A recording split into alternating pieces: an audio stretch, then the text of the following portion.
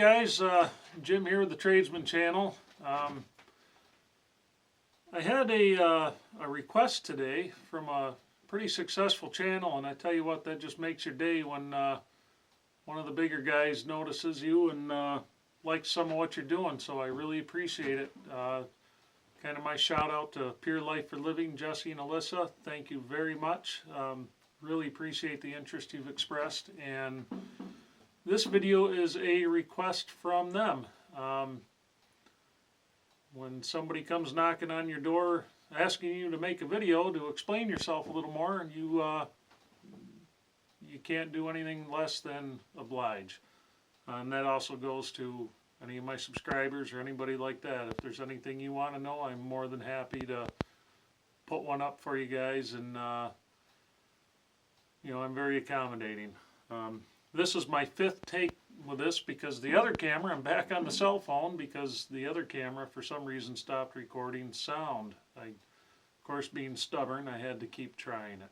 So anyhow, thank you again, Jesse and Alyssa, for noticing, and I hope I can give you guys some information that'll be helpful in your upcoming project. So, you know, it's going to be a bit of a long video. I should apologize, but I'm not. There's a lot of information to cover, and you can't just lump it all into a 5-minute segment. So if there's anybody out there who's going to watch this and you're looking to build a timber frame barn, you're looking to do everything yourself, or a house, or whatever it is that you want to build, there will be some good information for you. But like I said, it is going to be a little bit long. So one of the things I want to cover that that Jesse and Alyssa wanted to know is why I said I will never mill with a chainsaw again. I got into chainsaw milling and things like that about 8 years ago. I did quite a bit of it. It's extremely labor intensive, very time consuming. A lot of maintenance with a chainsaw mill that you don't have with a band mill. The chainsaw mill, I can change a blade out on my band mill faster than I can sharpen a chain for a 30-inch bar, 36-inch bar. The other big drawback with a chainsaw mill is you have a 1/4-inch kerf minimum, and basically, if you're cutting 1-inch siding boards, for every 4 boards you cut, you've wasted a board, whereas with a band mill it takes 8 cuts to waste that board. So it's a lot less waste. Ease of setup, there's no comparison.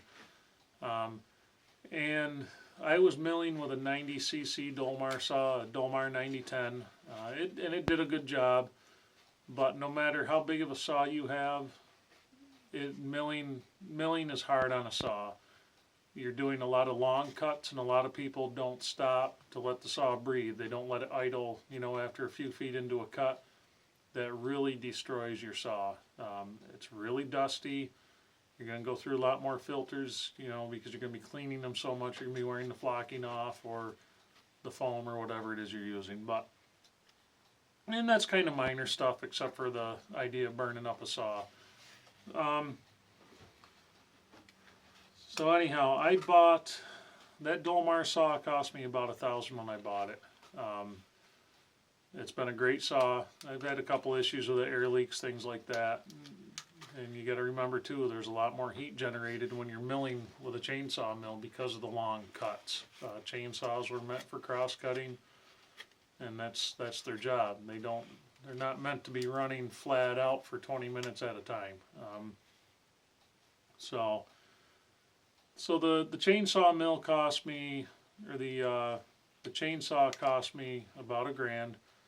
I built my own Alaskan sawmill out of extruded aluminum.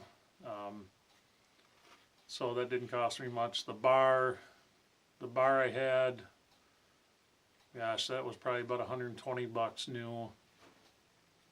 And the chains, probably about $28, $30 for the ripping chain, which that's not bad. I mean, so you get into those costs. To get into Alaskan milling, If you're going to buy the mill, I think it's probably around $320, $340 for a nice Granberg Alaskan mill. A good saw right now, and I don't recommend you using anything less than a 90cc saw. Even 90cc is sometimes a little small for when you're doing your hardwoods and whatnot. But it can be done with smaller, but you better take your time. So a new 90cc saw, what's probably $1,500 right now. So when I decided to do this barn build, I got my first load of logs, and they were all 30 to 36 inch diameter logs. They're 22 to 24 feet long, and I had to get them that long for the big tie beams I was cutting. They're like, I think they ended up being 14 feet by the time I cut them all off, but you got to remember when you're buying a load of logs that you're going to have some waste, because you're going to have the butt swell you're going to want to cut off, and you have to get a log long enough that if you have a big knot or big imperfection in it, you need to be able to trim that beam down for what you're doing. So I got that first load. I had my Alaskan all set up, and I was looking at the logs, and I thought, geez, I'm going to be here all goddamn winter trying to do this, and trying not to swear here. If you can't tell, I swear too much. I'm going to be at this all winter just to cut this load of logs up. Alaskans take forever. That's something you got to make peace with. If you're going to use one, it's going to take you a lot of time. So I went down to Houdin's in Barnveld, New York. It's about an hour and a half south of me, and that's the folks who make the Hudson sawmills. And I walked out of there with that 30-inch mill. It'll cut 32 inch, 28 feet of track, 15 extra blades, a brand new mill for $6,000 out the door. I farm too on top of my regular day job and all this stuff, so I actually that was a really good price. It wasn't a sale price either. That was the price of that mill out the door. So I set that mill up. You have to take your time, make sure you get that base really level, make sure your blade and everything is square, parallel to the tracks. Everything's got to be right. It's no different than anything else. The better setup you do, the better quality material you're going to end up with. So anyhow, threw that first log on there and learning the mill a couple hours, I had a big log all done off the mill, stacked. That would have taken me easily most of a day to do with an Alaskan mill. So that's why I have the band mill. And the other side of that is, if I were to buy my lumber from an Amish sawmill around here, that's about the only place you can get rough cut around here. I figured 25,000 board feet for this barn. If I were to buy that at 40 cents a board foot from the Amish, that'd be about $12,000. So a load of logs cost me $1,100. I figured 4 loads of logs for this building, and that'd be $4,400.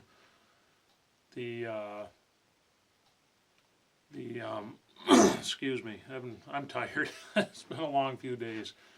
The sawmill was $6,000, so total $10,400. So that's cheaper than what I could have bought the lumber for.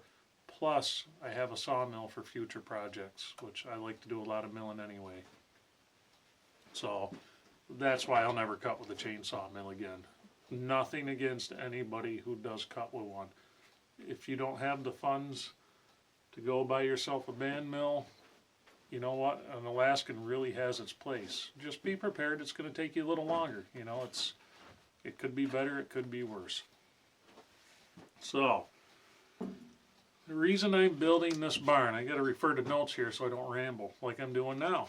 So I am trying to get myself self-reliant. I'm a union HVAC. I do industrial and commercial HVAC, refrigeration, and big boilers, stuff like that.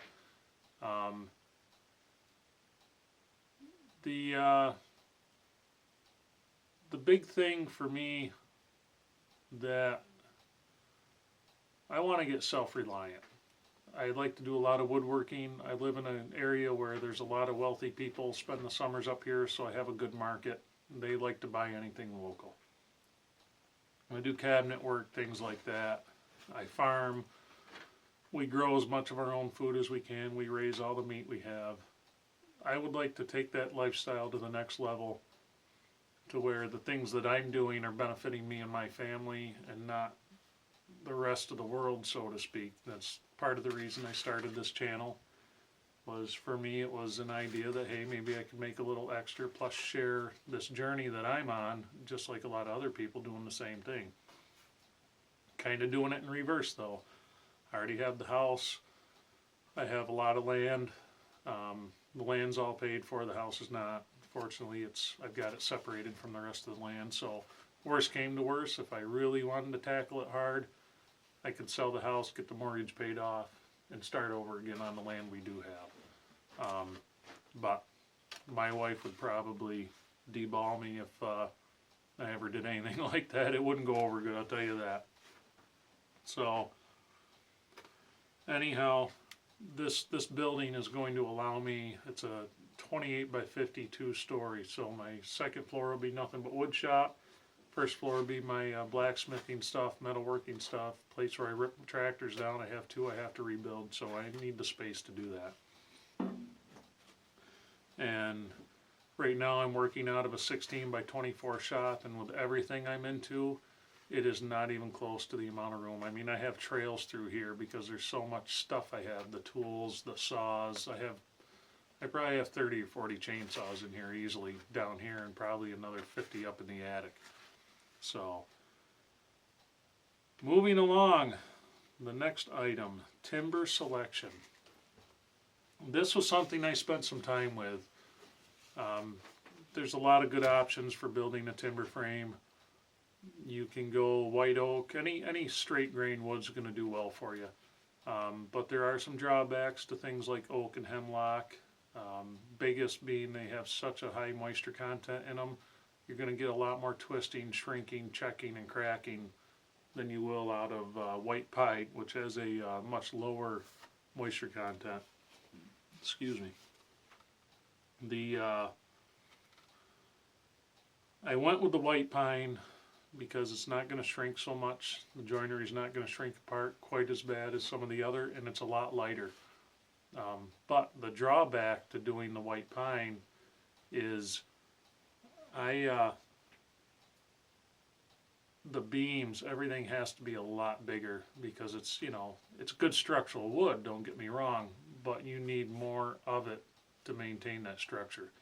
So when I was determining my beam sizes, my joinery, I hopped on the forestry forum. I read every book that I had time to read to do it, and on the forestry forum they have a good toolbox on there to where they have all your load calculators for your beams and things like that. They have all your rafter calculators. All you have to do is punch your numbers in and it's going to spit out a size for you. It's worked out really well. That was a big time saver, and it saved me going to an engineer. So you go into their toolbox, you get into their load calculators, you can put in the species of wood that you want to use, and you can put in how much weight you expect, which that's a whole other thing. You have to design your dead loads, your live loads, your tributary areas, how many pounds per square foot that second floor, your wall post, how much weight that has to support. That is so important to know that information. If you don't know that information, you cannot properly design one of these structures. The other thing I can tell you is don't think you have a bunch of logs sitting there and think you're going to just cut a bunch of beams that you think you need, because by the time you get done designing this, it's going to be totally different than what you're not going to have what you need. You really need to take the time, design the building, get all your load calculations, get your beam sizes, your rafter sizes, everything. You need to have it all planned out. Because Otherwise, you're going to waste a lot of material not knowing what you need. It's better to get a cut sheet and go from there. You don't want to take a pile of logs and try to build your dream house or your dream barn with it without knowing what you need, because it's going to be a lot of disappointment. This is one of those types of buildings that you have to be on your game. You have to make sure you do it right. There's a lot that goes into it. It's not as scary as it looks. It's not as complicated as it looks, but you need to have a good plan. The only thing I'll tell you about myself, I'm building this out of my head. I don't have a floor plan. I didn't draw anything up, but I did figure out, I have a list that I did of all my load calcs, everything. So all that stuff's written down. I just don't have a floor plan drawn up per se. But I know kind of, I've researched it so long, I've done so much reading about it, I kind of figured out what I needed to do, what I wanted to do. So I had it all laid out, mapped out in my head before I ever figured out a load or anything like that. The joinery design. There is some really ornate things that you can do with the joinery. There's a lot of things, a lot of very complicated joints that you can do. I chose not to do that. I've been keeping it simple, just your standard basic joinery, and it's beautiful. It looks nice. I'm doing standard scarf joints, standard housings. If you're new to this, and I'm new to this, I've never done this before, so this is all learning experience for me. But by choosing standard joinery, going with basic rules of thumb, it really helps keep everything kind of where you need it to be. It keeps it, if you're trying to overcomplicate it, trying to do a lot of special things and you don't know what you're doing, you could really mess your frame up. You'll have a lot of nice square firewood kicking around. And you want this has to last. I mean, you figure if you don't design this right, if you don't do your joinery right, you know, you're going to have a structure that's going to fail. And the last thing you want is to get a heavy snow load on your building or a heavy wind load and have something major fail while you're in it, or your loved ones are in it, or just whatever. You don't want that. So I'm keeping it simple. Everything's standard joinery. I cannot stress that enough. Nothing terribly fancy if you're not exactly sure what you're doing.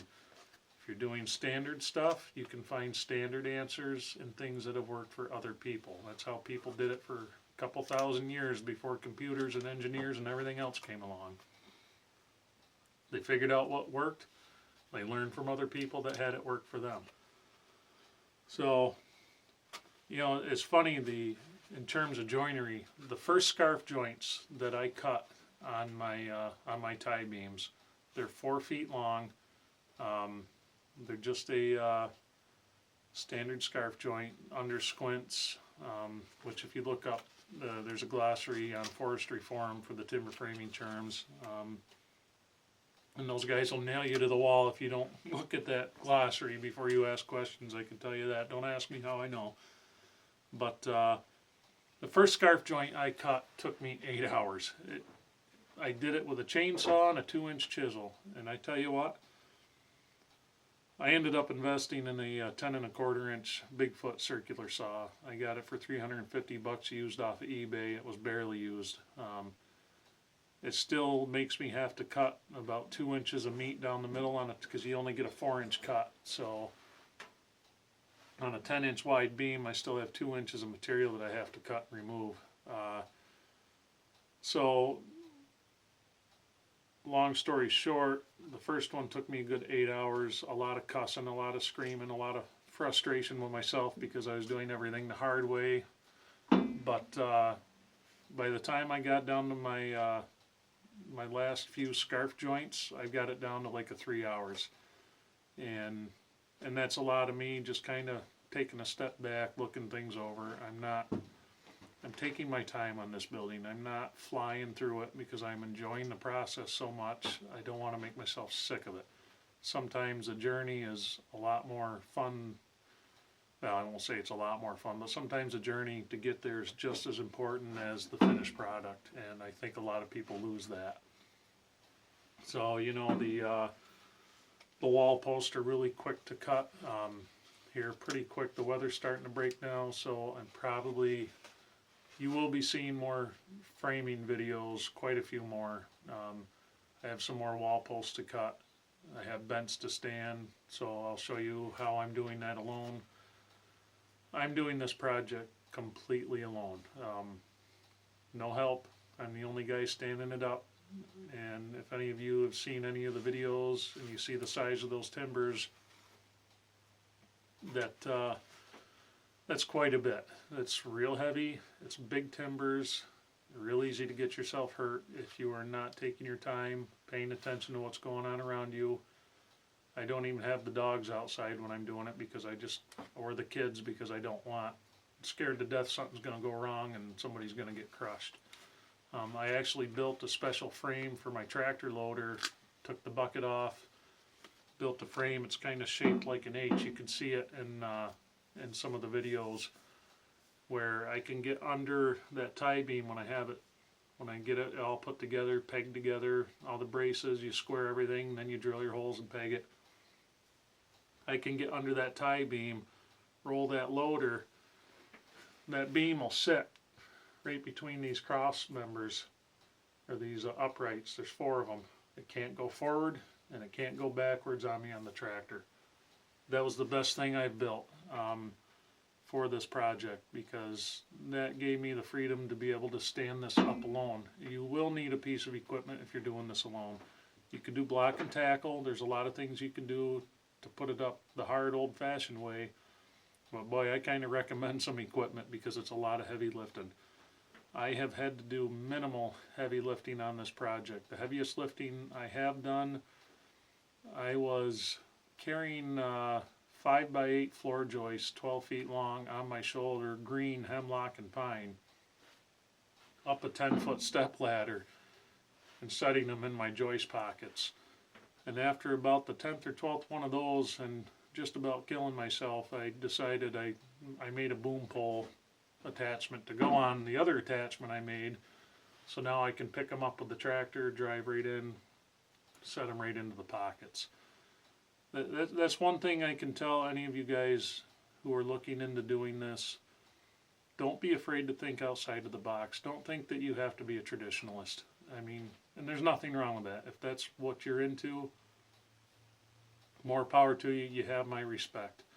For me, time is very limited. I have, like I said, a regular job. I have a farm. Wife's family owns a business that seems to keep me busy every time something breaks or they build something, so I don't have a lot of time to work on my own projects, so I try to do things to make it easier. For those of you, looking to do this, don't get intimidated by it. The first few joints you cut, they're going to be scary. You're going to be looking at all this stuff you have. You're going to think to yourself, what if I screw up that joint? What's going to happen? It's going to throw the whole frame off. What if I waste that? What if? Do your homework on it. There's a lot of good videos. What I have found lacking in the timber frame videos is good explanations of what they're doing, how they're doing it, why they're doing it. So as I started making these videos, I'm trying to go kind of in some heavy detail so people can learn from what I'm doing a little bit easier than watching a guy just cutting some joinery, not explaining anything, not giving you any pointers, or hey, this doesn't work, hey, this works. So anyhow, that's where I'm at with it. I hope that answered some questions. The next few videos on the barn should answer quite a few more questions.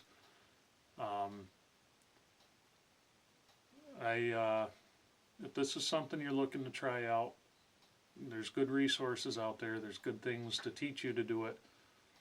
Take the time to learn them. It's okay to jump into this project with both feet. There's nothing wrong with that. But do your homework. Make sure you know what your loads are. If you're going to peg a joint, look up the loads on what that peg can handle, what size you need. You know, shear strength on a wooden peg is pretty important because that's what's holding this entire building together. And you have to think your loads over. You know, don't just think in terms of weight loads. You got to look at the whole picture. I live in a wind tunnel, so I have a lot more bracing in this barn than I probably need, but I live in a wind tunnel. The nice thing about a timber frame is you are not relying on siding, plywood, or any of that to support the structure. The frame itself is the supporting structure, and if it's done right, it's all it needs, and it'll hold up the test of time. You know, so look it all over, think it all over good. If you know you have prevailing wind coming from one way 90% of the time, look at how you're designing your joinery for it. Look at how you're placing the building. For me, my wind here all winter long is usually north-northwest. Summertime it's coming out of the west, southwest predominantly. I have the broad side of my buildings facing into the prevailing wind, and that probably wasn't the smartest thing, but I'm also accounting for that with a lot of bracing, and that's part of the reason for the size of the timbers. So anyhow, if any of you have any more questions, I am more than willing to answer whatever I can help you folks with. Feel free to like and subscribe if you want to. If you don't want to, well, I guess you don't want to. But keep in mind, if you do subscribe, there's a little notification bell next to the subscribe button when you hit subscribe. That will allow you to turn your notifications on. You look into some of the recent videos from Pure Living for Life. He goes right into it, right at the beginning of the video, showing you what you need to do to get notified, because people who are subscribing are not getting notified of their channels they like to watch. They aren't getting notified that the videos are going up unless they hit that bell now. So we just have to find a way to work around it. I want to avoid having to put fancy titles on if I can to get the viewers. So anyhow, you folks have a good night. We'll catch you on the next one. And wow, 27 minutes so far on this one. Geez, that might get a 10% viewer retention rate. So, but that's all right. As long as a few of you can get some information out of this, I'm happy. So